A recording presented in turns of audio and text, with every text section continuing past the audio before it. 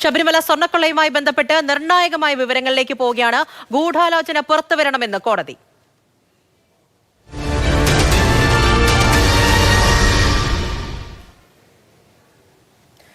ഇതുവരെയുള്ള അന്വേഷണ പുരോഗതി റിപ്പോർട്ട് ഇന്ന് പ്രത്യേക അന്വേഷണ സംഘം ഹൈക്കോടതിയിൽ സമർപ്പിച്ചിട്ടുണ്ടായിരുന്നു. എന്താണ് കോടതിയുടെ ഭാഗത്തു നിന്നുള്ള നിരീക്ഷണങ്ങൾ വന്നിരിക്കുന്നത് എന്നതിന്റെ കൂടുതൽ വിവരങ്ങൾ ഇപ്പോൾ പുറത്തുവരികയാണ്.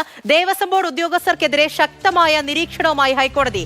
ഉണ്ണികൃഷ്ണൻ പോറ്റി സ്വർണം തട്ടിയെടുത്തിട്ടും തിരികെ എടുക്കാൻ ശ്രമിച്ചില്ല എന്ന് കോടതി. കട്ടിളയിൽ നിന്ന് 409 ഗ്രാം സ്വർണം ഉരുക്കിയെടുക്കാൻ ദേവസ്വം ബോർഡ് അനുമതി കൊടുത്തെന്നും ഹൈക്കോടതിയുടെ നിരീക്ഷണം.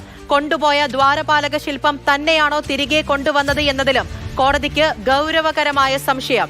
കേസിലെ ക്രിമിനൽ ഗൂഢാലോചന അന്വേഷിക്കാൻ ഹൈക്കോടതി നിർദ്ദേശം നൽകിയിട്ടുണ്ട്. അരുൺ ശങ്കറാണ് വിവരങ്ങളുമായി ചേരുന്നത്. അരുൺ, കോടതിയിൽ നിന്ന് അങ്ങനെയുള്ള ഓരോ കാര്യങ്ങളും പുറത്തു വന്നുകൊണ്ടേയിരിക്കുകയാണ്. ഗുരുതരമായ കാര്യങ്ങളാണ് സംശയം എന്ന രീതിയിൽ പോലും കോടതി ഉന്നയിച്ചിരിക്കുന്നത്. പ്രത്യേകിച്ച് ദേവസ്വം ബോർഡിന്റെ പങ്ക് എന്താണ് എന്നത് സംബന്ധിച്ചുള്ള കാര്യം ഹൈക്കോടതിയുടെ ഭാഗത്തു നിന്നും ഉണ്ടാകുന്നു. അതിലാണ് ശക്തമായ നിരീക്ഷണം വേണമെന്ന് പറയുന്നത്, അന്വേഷണം വേണമെന്ന് കോടതി പറയുന്നത്.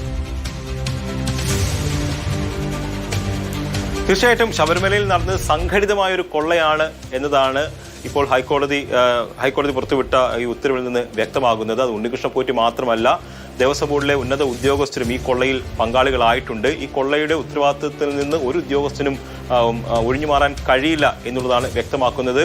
കോടതി പറഞ്ഞ വളരെ പ്രധാനപ്പെട്ട ഒരു പോയിന്റ് എന്ന് പറയുന്നത് 1998 ശബരിമല ക്ഷേത്രം സ്വർണ്ണം പൊതിഞ്ഞുമായി ബന്ധപ്പെട്ടുള്ള കാര്യങ്ങൾ അയ്യപ്പ വിശ്വാസികൾക്ക് വരെ അറിയാവുന്ന കാര്യമാണ്.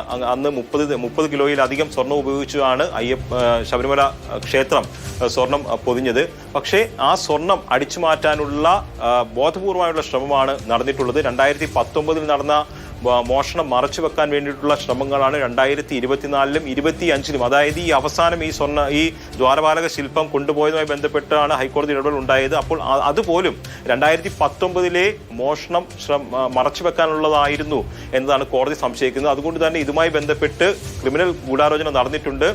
അതുകൊണ്ട് വിശാലമായ ഒരു അന്വേഷണം തന്നെ ഇക്കാര്യത്തിൽ ഉണ്ടാകണം. ദ്വാരപാലക ശില്പം കൊണ്ടുപോയതുമായി ബന്ധപ്പെട്ടോ അല്ലെങ്കിൽ കട്ടിളപ്പടി സ്വർണം പൂശുന്നതുമായി ബന്ധപ്പെട്ടുള്ള കാര്യങ്ങളല്ല, അതിനപ്പുറത്തേക്ക് അന്വേഷണം പോകണം എന്നുള്ളതാണ് SIT കൊടുത്തിരിക്കുന്ന നിർദ്ദേശം. 474.9 ഗ്രാം സ്വർണം ഈ ദ്വാരപാലക ശില്പത്തിൽ സ്വർണം പൂശിയ സമയത്ത് ഉണ്ണികൃഷ്ണൻ പോറ്റിയുടെ കൈവശം ഉണ്ടായിരുന്നത് നേരത്തെ തന്നെ പുറത്തു വന്നിട്ടുള്ള കാര്യമാണ്. പക്ഷെ അത് ഉണ്ണികൃഷ്ണൻ പോറ്റിയിൽ നിന്ന് തിരിച്ചെടുക്കുന്നതിന് ഒരു തരത്തിലുള്ള ശ്രമങ്ങളും നടത്തിയിട്ടില്ല. അത് മാത്രമല്ല 109 ഗ്രാമോളം സ്വർണം ഈ ചെന്നൈയിലെ സ്ഥാപനം പണിക്കൂലിയുടെ ഇനത്തിൽ എടുത്തു. പക്ഷെ അക്കാര്യത്തിലും ഒരു പരിശോധനയും നടത്തിയിട്ടില്ല എന്നുള്ളതാണ് പറയുന്നത്. അതായത് ഈ കൊള്ളയ്ക്ക് കൂട്ടുനിന്നത് മുഖ്യമായും ഈ ദേവസ്വം ബോർഡ് ഉദ്യോഗസ്ഥരാണെന്നുള്ളതാണ് പറയുന്നത്. അതോടൊപ്പം തന്നെ 2025-ലെ ഒരു ദേവസ്വം ബോർഡ് പ്രസിഡന്റിന്റെ ഇടപെടലും സംബന്ധിച്ചും ഈ ഉത്തരവിൽ പറയുന്നുണ്ട്. അതായത് സ്മാർട്ട് ക്രിയേഷന് സ്വർണം പൂശുന്നതിൽ വൈദഗ്ധ്യമില്ല എന്ന് കമ്മീഷണർ ഒരു കത്ത് കൊടുത്തിരുന്നു. പക്ഷേ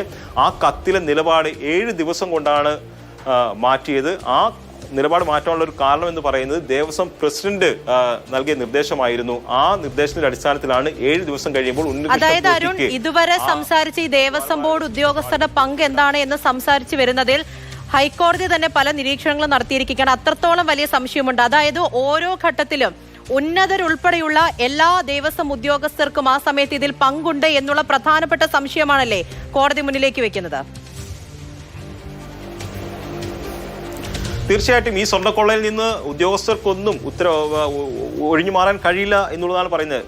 കോടതി കൃത്യമായിട്ടാണ് ഇക്കാര്യങ്ങളൊക്കെ നിരീക്ഷിച്ചിരിക്കുന്നത്. അതായത് ഓരോ ഇവന്റ്സുകളും പരിശോധിച്ചു കഴിഞ്ഞാൽ, ഓരോ ഘട്ടത്തിൽ നടന്നിട്ടുള്ള ഇടപെടലുകളും പരിശോധിച്ചു കഴിഞ്ഞാൽ ഈ സ്വർണ്ണക്കൊള്ളയിലേക്കാണ് കാര്യങ്ങൾ കൊണ്ടുചെന്ന് എത്തിക്കുന്നത്. അതുമാത്രമല്ല 2019 നടന്ന സ്വർണ്ണക്കൊള്ള മറച്ചു വെക്കാനുള്ള ശ്രമങ്ങളാണ് 2024-ലും 2025-ലും ഉണ്ടായത് എന്നുള്ളതാണ് കോടതി പറയുന്നത്. 2024-ൽ ഈ പീഠം സംബന്ധിച്ച് ചില പ്രശ്നങ്ങളുണ്ടായി, പീഠത്തിന് കേടുപാടുണ്ടായി, ദ്വാരപാലക ശില്പത്തിന് കേടുപാടുകൾ ഉണ്ടായി എന്ന് ഒരു റിപ്പോർട്ട് വരുന്നു. ആ റിപ്പോർട്ടിന്റെ അടിസ്ഥാനത്തിലാണ് 2025-ൽ അത് സ്വർണം പൂശാൻ കൊണ്ടുപോകുന്നത്. പക്ഷേ ഇത് സംബന്ധിച്ച് ഒരു പരിശോധനയും ഉണ്ടായില്ല. അത് മാത്രമല്ല വിദഗ്ധരുടെ ഉപദേശം തേടിയില്ല, ടെൻഡർ വിളിച്ചില്ല. സാധാരണഗതിയിൽ ഇത്തരത്തിലുള്ള അറ്റകുറ്റപ്പണികൾ വരുമ്പോൾ ടെൻഡർ വിളിക്കേണ്ടതാണ്, സുതാര്യമായ ടെൻഡർ ഉണ്ടാകേണ്ടതാണ്. പക്ഷേ അക്കാര്യങ്ങളൊന്നും നടന്നിട്ടില്ല.